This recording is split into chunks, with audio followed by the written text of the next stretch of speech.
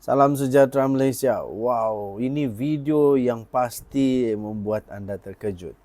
Rupanya Rafizi kena jerit. Rafizi kena jerit dengan Anwar. Wow. Sekejap lagi kita akan kongsi videonya ya. Okey. Apa kena dengan Datuk Seri Anwar Ibrahim? Kenapa Datuk Seri Anwar Ibrahim jerit? Kenapa Rafizi dakwa kena jerit? Apa masalah dorang ni? Nampaknya keadaan semakin panas, tapi saya percaya PKR akan tetap kuat. Saya percaya kerajaan ini tidak akan tumbang juga, sebab pembangkang tidak ada kekuatan untuk tumbangkan Datuk Seri Anwar Ibrahim. Seperti kata Khairi Jamaluddin, pembangkang sangat-sangat tidak bagus. Sangat-sangat tidak pandai untuk menumbangkan Datuk Seri Anwar Ibrahim sehingga ia menjadi aset kepada Datuk Seri Anwar Ibrahim, iaitu pembangkang yang tidak efektif. Alamak, kesian. Tapi sebelum kita mulakan, saya ingin kongsikan bagi anda satu produk daripada For Life Research, Transofactor Plus Advance. Bagi anda yang ada masalah kencing manis, darah tinggi, buasir kah, kanser kah, 3 serangkai, sakit badan, sakit saraf, sakit buah pinggang, sakit paru-paru, TB, sakit telinga, apa saja, singkat ringkas dia, apa saja yang penyakit di dunia ini adalah kerana imun badan yang terlampau lemah atau terlampau kuat atau juga terlalu bodoh, tidak lagi dapat melawan penyakit. Okey, ini Transofactor Plus Advance boleh meningkatkan imun badan anda sehingga 437% kekuatan. Dia juga mengajar imun badan untuk jadi bijak, pandai dan ingat semula apa yang dia sudah belajar. Inilah kehebatan Transofactor yang tidak ada pada benda yang lain.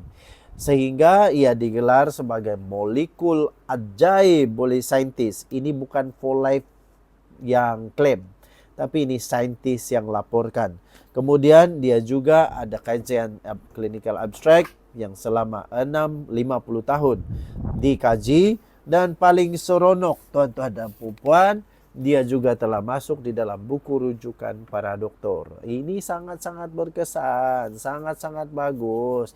Tidak ada siapa pun yang boleh nafikan.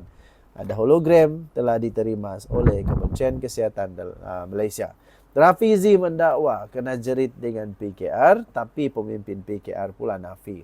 Bekas timbalan Presiden PKR, Rafizi Rabli, mendakwa Presiden PKR, Datuk Seri Anwar Ibrahim, menengkingnya dalam tempoh kira-kira 20 minit ketika mesyuarat Majlis Pimpinan Pusat MPP parti itu sebelum pemilihan yang diadakan pada 23 Mei yang lalu. Dalam episod terbaru podcast yang berhenti Menteri, Rafizi mendakwa Anwar Ibrahim telah meninggikan suara terhadapnya susulan timbulnya isu yang dibangkitkan mengenai sistem undian digital pemilihan parti itu. Anwar Ibrahim jerit ke aku untuk tempoh 20 minit masa tu, kata bekas Menteri Ekonomi itu. Ahli Parlimen Pandan itu berkata dia menyuarakan rasa tidak puas hati terhadap aspek teknikal sistem pengundian termasuk kod sumber dan pelayar server yang menurutnya boleh dimanipulasi untuk memberi kelebihan kepada calon tertentu.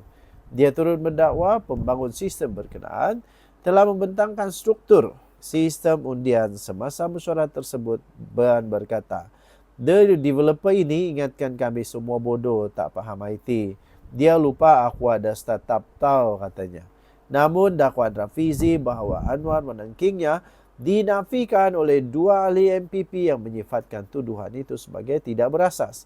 Menerusi satu hantaran di Facebook, Dr. Mazli Malik menyangkal dakwaan Rafizi dan mengatakan Anwar tidak meninggikan suara walau seminit pun dalam mesyuarat tersebut. Mazli turut berkata majoriti ahli MPP yang lain yang hadir dalam mesyuarat itu menjadi saksi. Siapa yang mengatakan bahawa Presiden PKR menjerit memarahinya selama 20 minit pada mesyuarat tersebut? Sama ada beliau menipu ataupun beliau berhalusinasi atau pengidap skizofrenia yang kronik, kata bekas Menteri Pendidikan itu dalam hantaran yang dimuat naik lewat malam tadi. Perkara serupa turut disuarakan pengerusi PKR Perlis, Nur Amin Ahmad, yang menafikan dakwaan Rafizi dalam satu kenyataan ringkas di platform X Twitter. Katanya, saya pun hadir. Tak tahu pula ada gaduh besar, tak rasa ada tinggi suara sampai dekat setengah jam, katanya. Dalam pemilihan PKR yang lalu, Rafizi tewas pada pencabarnya Nurul Izzah Anwar dalam usaha mempertahankan jawatan timbalan Presiden PKR. Jadi apa sebenarnya yang terjadi, tuan-tuan dan puan yang dihormati sekalian? Mana satu yang betul, mana satu yang tidak? Semakan yang dijalankan oleh dua pakar IT itu mendapati laporan minoriti sebelum ini telah membangkitkan isu-isu tersebut dalam menggesa agar ia diteliti dengan lebih menyeluruh. Selain mengatakan audit rasmi telah memperkecilkan kepentingan isu-isu tersebut tanpa bukti atau justifikasi yang mencukupi. Kita jumpa lagi. Bye.